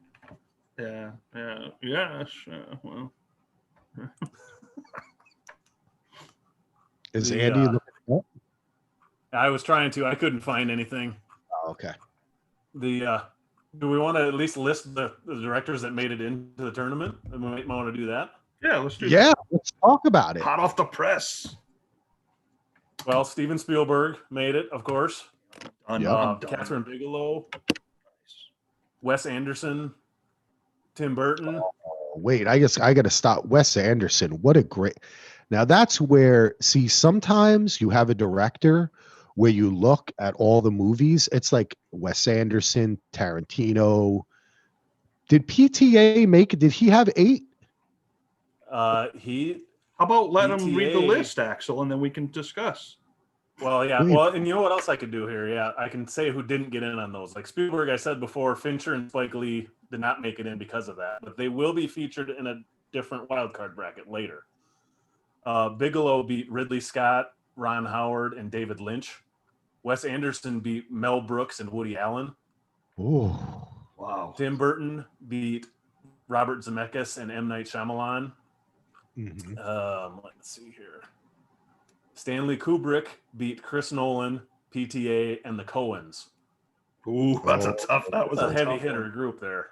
Yeah, it's like the Lord, East that's- region. But how John many Hughes, movies does PTA Mel have? Brooks and Woody Allen to get in. Richard Linklater beat in Ang Lee, Francis Ford Coppola, and Steven Soderbergh. Oh, Tony what? Scott. Tony Scott beat out Michael Bay, Zack Snyder, and John Carpenter. Rob Reiner beat out. voted for Carpenter. Yep, he was my second choice. Me too, I think. Shyamalan and Robert Zemeckis were also beaten by Rob Reiner. Hitchcock beat out Brian De Palma, Sidney Lumet, and Oliver Stone. And Martin Scorsese also beat out Fincher and Spike Lee. Quentin Tarantino went unopposed because every single one of us put him on his ballot, so he was unanimous. Yeah, you know this, but I like that because we've got a lot of time, and you can't do. I mean, this is like days. This is a lot of work for you too, but also, you know, you Well, could the hard do part is done. So. million number. Yeah. This is, but I mean, you have the information for those other directors already. So, Yep. And the one other one this one actually might be a fun one to go through is we did one other wild card where after we did all this, I sent out another survey and I had everybody if you guys remember, I had everybody send in 3 movies, rank them 1, 2, and 3 of directors that did not make the tournament. yes. And I was going to make one more bracket with it. So I assumed we would get a ton of votes for all the same movies. Well, 8 people, 24 different movies. Everybody put a different movie in. Oh, wow. So I made up one bracket where it's a 24 movie bracket where the first round is a 3-way match to advance to the second round, and then it'll be like normal. Oh, wow. So like one of the matches is Airplane versus Blazing Saddles versus Moonstruck. Norman Jewison, Mel Brooks, and Abrams or That's Zucker fun. were all top picks for people. The next matchup is a Woody Allen mini bracket: Purple Rose of Cairo, Crimes and Misdemeanors, Manhattan Murder Mystery. Manhattan Murder Mystery, my favorite Woody Allen. The next one, yeah, I have that listed. That was from you, Heath. That was one of your nominations on that one. It was Manhattan Murder Mystery. Yeah. Okay, I don't remember, but it would have been me. And Crimes and Misdemeanors is definitely me. That's my favorite Woody Allen. That was you, yes. And Kellum had Purple Rose of Cairo in. Of course, The next one down is drama. It has Magnolia, There Will Be Blood, and Seven. Oh, that's a tough one. What do you pick, Solo? Well, what were they again? Magnolia, There Will Be Blood. Oh. Seven's in my top 10 all-time favorite movies. I gotta go Magnolia there. Even though I think Just watched actually Magnolia again I would have to say that actually There Will Be Blood is the best film out of those three. Like, I mean, as far as achieved everything it set out to achieve. But personally, I love Magnolia. I love Seven, but Seven is not one of my favorite Fincher movies, honestly. I don't know why. I got to rewatch it again. It's been a while. You don't have to. Just because Solo loves it doesn't mean you have to love it more. Well, This is a tough. I love all three of those movies, but Seven's just one of my. It's the influence for the movie I'm making. These ones are all tough. Yeah. Yeah, it's one of your big inspirations for your movie, isn't it? Yeah, oh, big That's time. what I thought I remember you saying on the. By the way, those podcasts you guys are doing, the behind the scenes ones are great. The one with Giles is his name, the director. Yeah. I love that. Yeah, that was a good one. I know it sounds boring to you, but those mundane details, like dealing with the unions or getting catering, I love hearing that stuff. You never hear about that stuff. It's interesting to hear that stuff. That's what I wanted to bring to the pods, to give people the perspective that stuff they wouldn't know. Yeah. So, because I mean, I've watched a billion behind the scenes documentaries on Blu-rays, and they never talk about that kind of stuff. They talk about working with actors and all that. I mean, so it's not, you don't hear the nitty gritty part of it. Yeah. Oh, the next one is Scarface, The Godfather, and Fargo. Oh, wow. That's the crime drama bracket. All right. Let's see. Scarface, The Godfather, Fargo. That is, people love The Godfather. I've heard many people love The Godfather. I too love The Godfather. What'd you say? I said that's a hot take. People like The Godfather. But Fargo is so good, and Scarface is so nasty. Scarface is one of the nastiest movies ever. It's just, I think about Scarface and it's like very dirty and nasty, and Miami's not dirty. It's just like Dexter.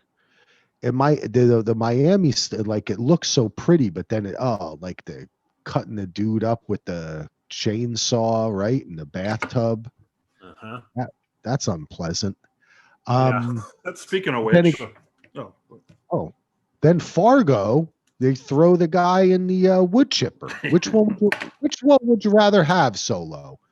Wood chip death or cut up by chainsaw in a bathtub death? Now, cut up by a chainsaw, am I alive? Am I alive in both of these? And then I die because it's not just a disposal? Oh, Jesus. Chainsaw. It's got to be. The wood chipper, I think, will hurt longer, and you could get your foot in there. And chainsaw, it's probably faster. Yep. Ando, what do you say? Oh, I'm just going to take the getting shot in the restaurant like The Godfather and have it be done quick.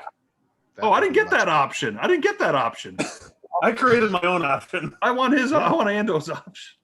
This is a fantasy world, Solo. He took over and used his imagination. Come on.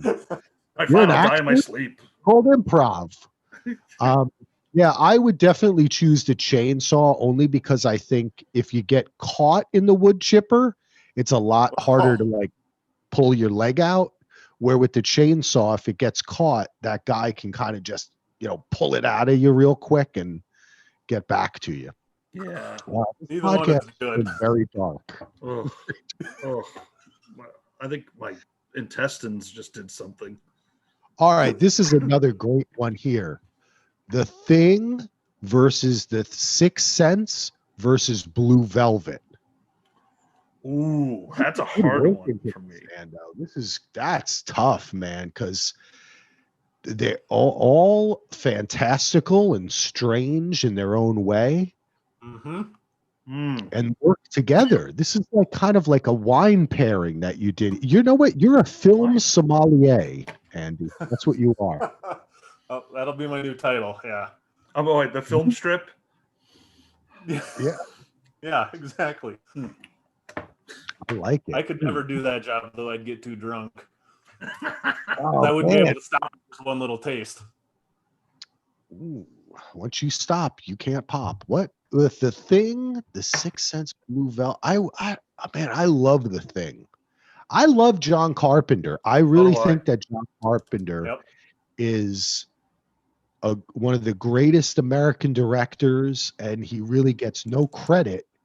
And he did it all himself too. He wrote, directed, made the music. He cast these movies. He You did know what I figured out, Axel and Ando? So I'm a big fan of The Fog. John Carpenter. Big. And you know M. Night Shyamalan made that movie, The Happening? And it was pretty awful. He was trying to do The Fog and just didn't pull it off. Because, you know, the fog rolls and it actually is freaky. And he's trying to do that with the wind and the shade, and it just didn't work. That's what he was trying to do. And it took me a while to rewatch The Fog to be like, that's what he was trying. Because I was like, how did he not see this doesn't work? And it's just the way it's executed in The Fog, it's, you know. Yeah. Well, Carpenter in the 80s was just fantastic. I think the three of us actually were the only three that voted for him because I wanted him to make the tournament too. Yeah, because that would have been interesting. Yeah. Carpenter just got out. I'm a big fan of them too. Oh, listen, guys. Guys, I sounded like Christopher Walken for a second. Guys. A Jewish Christopher Walken. That's as far as the impression goes. I can't do it. I'm good at word impressions. Axel, why is that microphone around your ankles Tuesday? mine's a Vinnie Barbarino do it, Christopher Walken. That's Vinnie Barbarino. I can do one good impersonation of Optimus Prime. And Littlefinger. I love your Littlefinger. Autobots, roll out.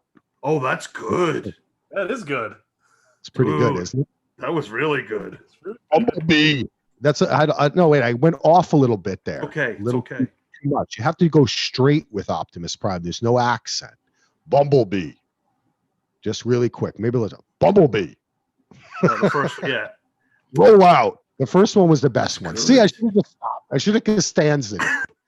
I'm out. I was gonna say, actually, you do a pretty good Rick from The Walking Dead too. Oh, Cole!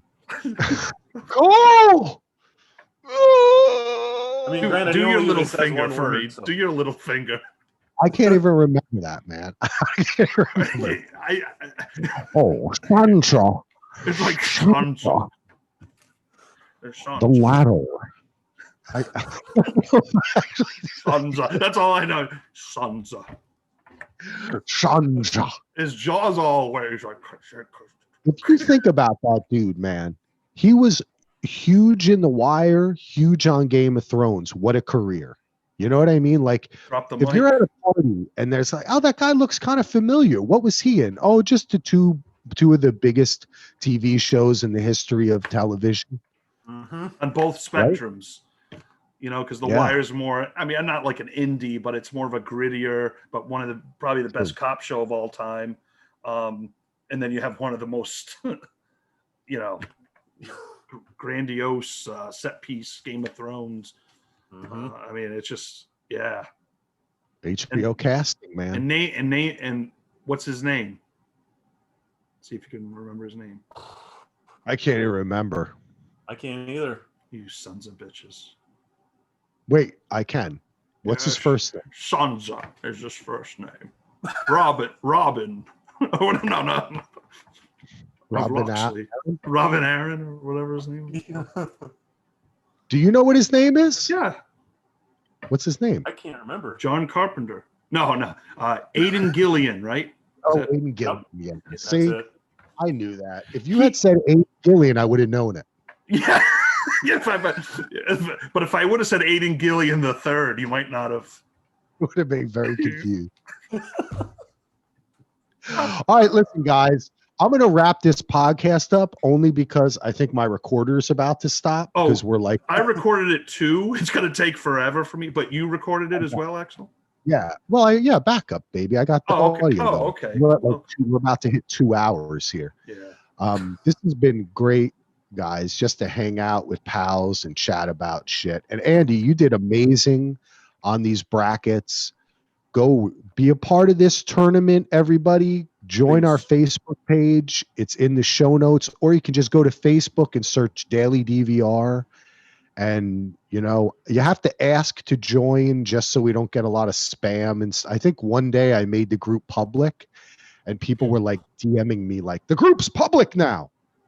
But I immediately there was like 5 people trying to get you to click a link to watch the new episode of something. Yeah. But come and join, and thank you for that, Andy. And I hopefully once we get this going, we'll have you back and we'll talk more about it. We can kind of challenge each other. But it's always fun to talk about these directors. And with these new movies hitting HBOMax and more stuff streaming, give more opportunity to talk about things soon after they premiered on the podcast. I hope to do more of that. I hope everybody's listening to Sarah and I on Batch It Up. We got a couple weeks left of Tasha. And what else we got going? Become a patron. You can hear that Patreon podcast about the Star City murders. What else you got to say, Andy? I don't have a whole lot to add. I mean, everybody keep voting. If you have suggestions, don't feel free to continue sending them my way if you want anything or have any questions about anything. But yeah, everybody vote. It's fun. Talk. It's the best part. We could all use a distraction right now, so let's do it. Solo? Hello, Fowler. Yes. If your sons are what? All right. Well, what the hell's going on over here?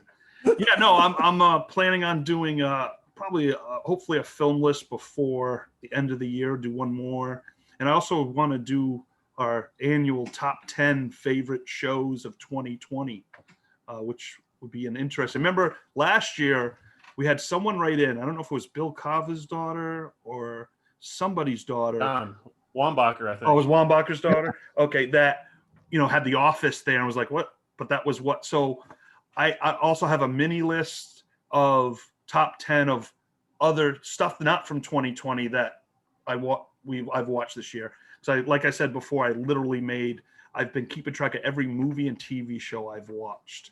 It's not as big as a list as I would think, but it's good size. So maybe we can get that pod done.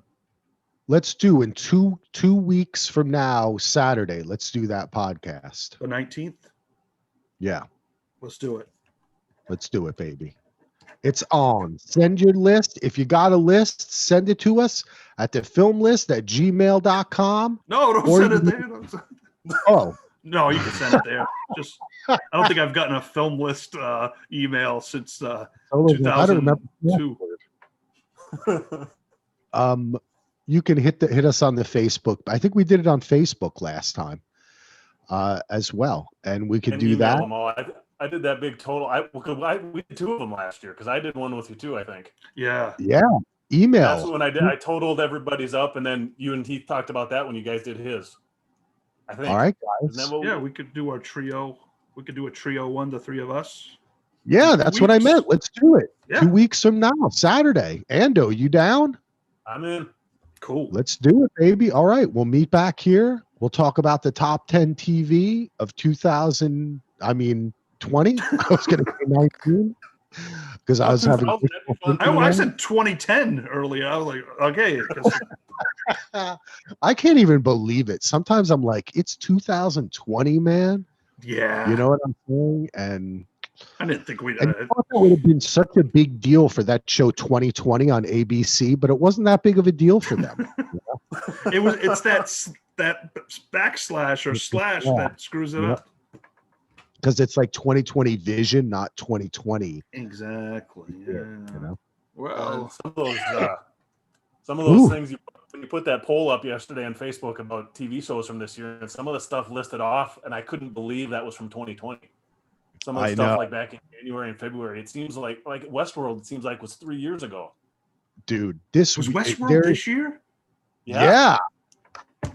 There is no accounting for the way that time has been manipulated by the quarantine, and years to come, people will write about it. People will use it as a way, you know what I mean? Like when people talk about like the Dust Bowl era or something, like Tom Yeah. flowed slow, you know, like, yeah. Oh, boy. Well, This that Westworld thing is seared into my mind because the first pod I recorded with Tim and Gina had just been put on lockdown like a couple days before that, so it was brand new. That was like the first week.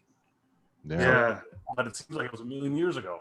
And then like a week know. later, everyone's watching Contagion and Outbreak and all that. And Tiger King. Tiger King. Tiger Cat, that was a contagious outbreak. Tiger King. Yeah, you got that right. I'm still suffering from it. My No. foot's All a right, little let's itchy. wrap this up. Hey, everybody, you're awesome. If you're on, we were recording the video for our Patreon. I'm going to try to get it up on Patreon to do a little something special because I've been thinking about doing a little bit, getting more comfortable with just having the camera on because that is what everybody does these days. Oh, hey, if you're on Twitch, do not hesitate to find DJ Tim Hines because he is rocking it and doing like 3 or 4 shows a week, DJ sets. Go ahead, listen to him, baby. DJ! I had a great one last night. I listened for half an hour or so while I was doing the dishes. It was his anniversary All right. yesterday, so happy anniversary, Tim. Yes, happy Oh, yeah, anniversary. happy anniversary, I saw Tim. that on the Book of Face. DJ. I miss DJ. I miss that dude. DJ, he's a sweetheart. Maybe we can get him to come too on Saturday. We can have a Dude. foursome. Dude, let's do it. We got the Zoom, we got the broom, and we got the lubrication. Wait, what? I'm All right, sober. end the show now. And I'm Show sober. over. Everybody, I love you all. Thank you for listening. Go to dvrpodcast.com. Become a patron. Patrons, you're the best. Hope everyone enjoyed the show. 3-finger peace. 3-finger. Peace. Peace out, everybody. That's it. I'm done. I'm hitting done. stop. So